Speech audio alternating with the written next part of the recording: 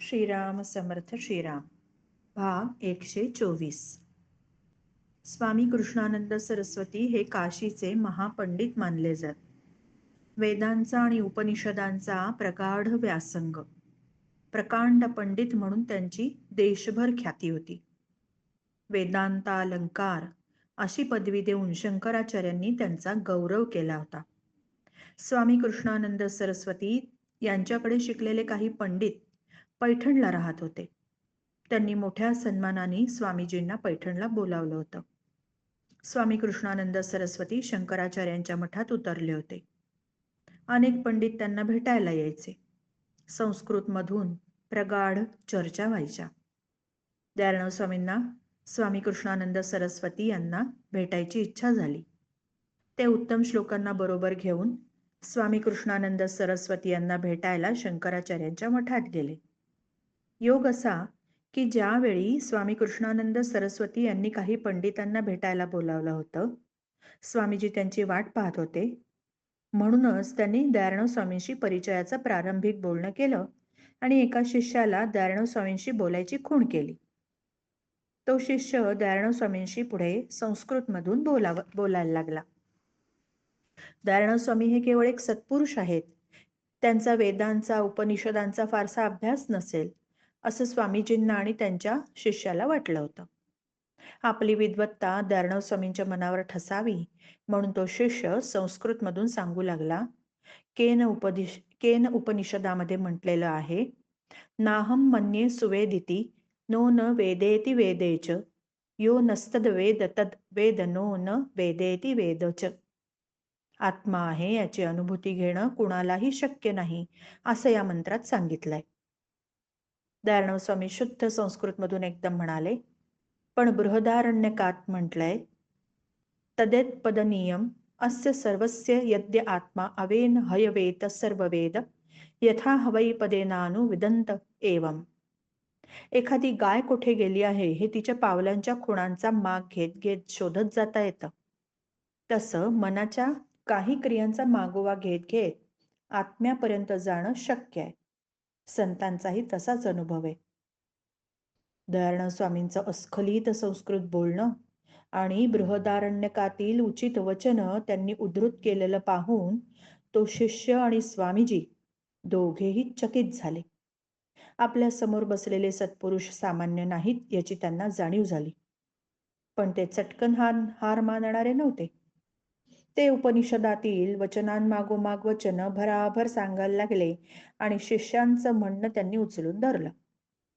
दयाळराव स्वामींना बोलायलाच संधी न देता आपलं पांडित्य दाखवून त्यांना चकित करायचं या हेतूने त्यांनी एका मागोमाग एक वचन सांगितली आणि त्या वचनांचा अर्थ आत्म्याची अनुभूती घेता येत नाही असा आहे असं ते सांगत राहिले.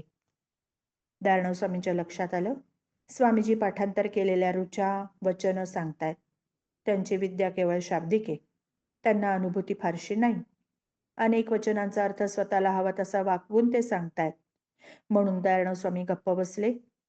ते बोलत नाही हे पाहून स्वामीजींना वाटलं, दयाळराव स्वामींनी हार मान्य केलीये आणि आपण जिंकलोय. म्हणून स्वामी कृष्णानंद सरस्वती आता मोठ्या अहंकाराने म्हणाले, कितीही पंडित येवोत, वाद कितीही वेळ चालो, मी हे सिद्धच करून दाखवेन की आत्म्याची अनुभूती घेता येत नाही. स्वामीजींचा अहंकार आणि दुराग्रह पाहून दयाळराव स्वामींना हसू आलं. ते उत्तम श्लोकांना सौम्य स्वरामध्ये मराठीतच सांगू लागले. यांचं नुसतं पाठांतर आहे. घोकून ठेवलंय ते नुसतं सांगतायत, झालं. प्रत्यक्ष अनुभूती काही नाही आणि तरीही इतक्या ठामपणाने सांगतायत. गोपाळकृष्णांची लीला अगाध आहे. स्वामी कृष्णानंद सरस्वती प्राकृतमधून बोलणं अत्यंत तुच्छ समजत. स्त्रिया आणि सेवकांनी प्राकृत बोलावं असं ते म्हणत आणि स्वतः अट्टाहासाने पंडित प्रचूर संस्कृतमधूनच नेहमी ते बोलत. तुच्छतेचा एक कटाक्ष टाकून कृष्णानंद सरस्वती शुद्ध संस्कृतमधून दयाळराव स्वामींना विचारू लागले, आपण काय म्हणता आहात? पण दयाळराव स्वामींचं स्वामीजींच्या बोलण्याकडे लक्षच गेलं नव्हतं. गोपाळकृष्णांची आठवण होताच ते एकदम समाधीमग्न झाले होते. स्वामी कृष्णानंद सरस्वती थोर महापंडित होते. त्यांनी समाधीबद्दल खूप वाचलं होतं. दयाळराव स्वामींची प्रगाढ समाधी अवस्था पाहून ते आश्चर्याने थक्क झाले आणि दयाळराव स्वामींकडे एकटक पाहतच राहिले. बऱ्याच वेळाने दयाळराव स्वामी देहभानावर आले.